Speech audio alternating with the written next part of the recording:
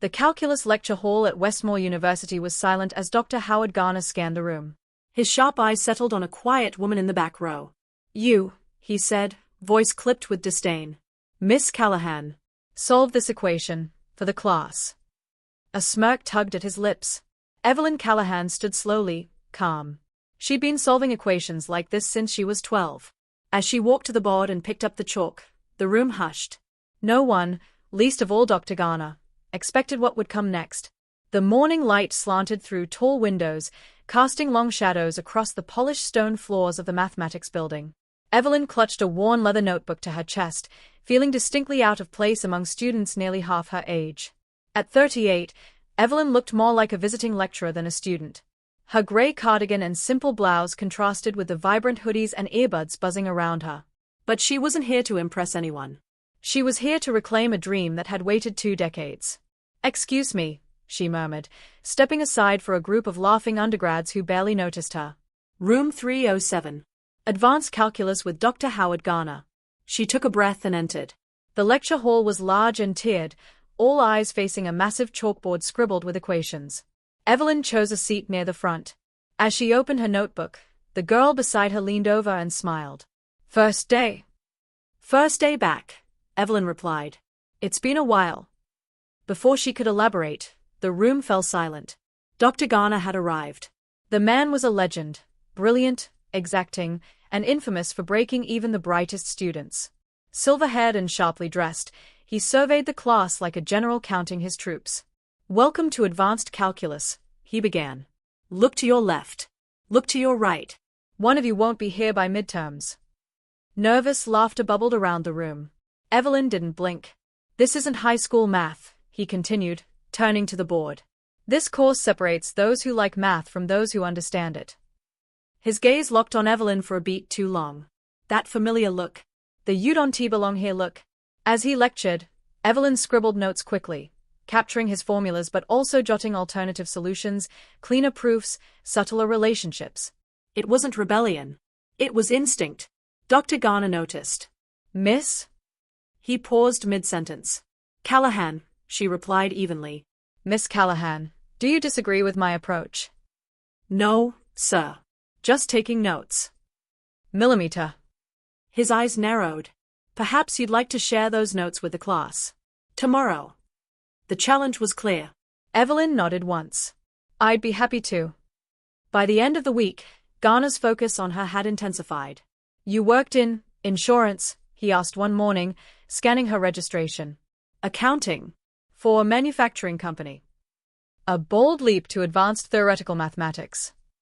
Whispers began to stir. Who was she? In the faculty lounge, Dr. Harriet Powell sipped coffee as she overheard a conversation between colleagues. "Garner seems set on chasing out that older woman in his class," said Professor Jenkins. "Has he even tried to teach her?" Harriet asked. "You know Howard," Jenkins shrugged. "He decides who belongs before they speak." Later that day, Harriet found Evelyn tucked into a corner of the library, surrounded by books on non-Euclidean geometry and complex analysis, far beyond the syllabus. "Light reading for week 1. Harriet teased gently. Evelyn smiled. "Just refreshing. It's been a while." "I'm Dr. Powell." "Differential equations." "Evelyn Callahan."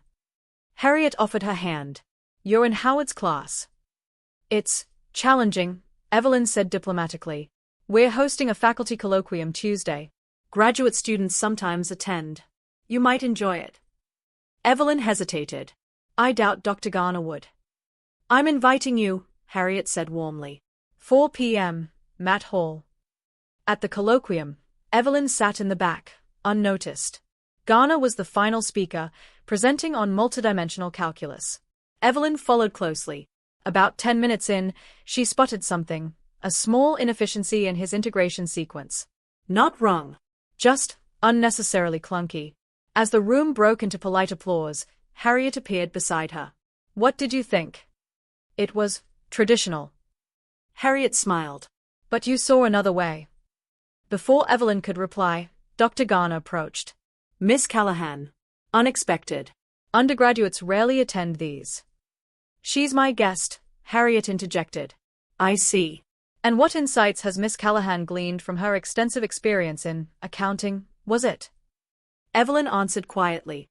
The tertiary function in your sequence, it can be simplified. Reduces the steps. Garner chuckled. If simplification were possible, surely someone would have done it, someone with more than a week of advanced calculus. I'd be happy to show you, Evelyn said calmly. Garner's smile turned sharp. Why wait? Show us now. The next morning, tension buzzed through room 307. Word of the colloquium had spread. Miss Callahan has graciously volunteered to share her approach, Garner said dryly. Evelyn walked to the front. Her hands were steady. She first laid out Garner's method. 12 steps.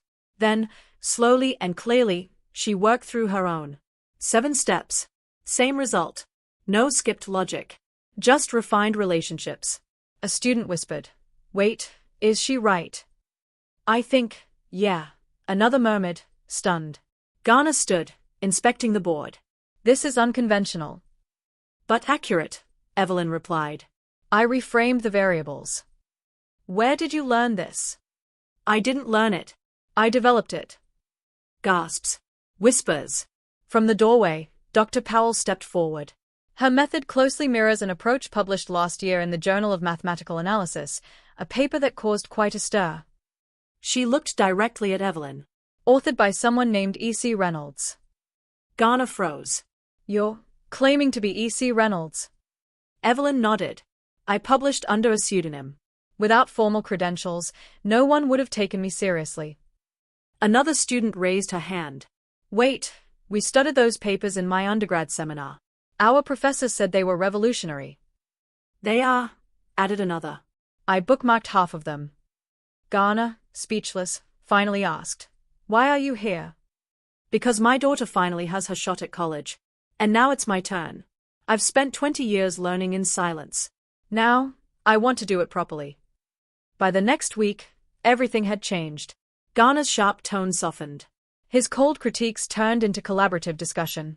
At the end of Friday's class, Miss Callahan, I've been reviewing your paper on nonlinear systems. There's a section I'd like to explore, if you're free. Students began inviting her to study groups. A girl approached shyly. Would you help us? We meet Wednesdays. Evelyn smiled. Of course. In the faculty lounge, Harriet poured coffee beside a silent Garner. She's exceptional, Howard. You see that now?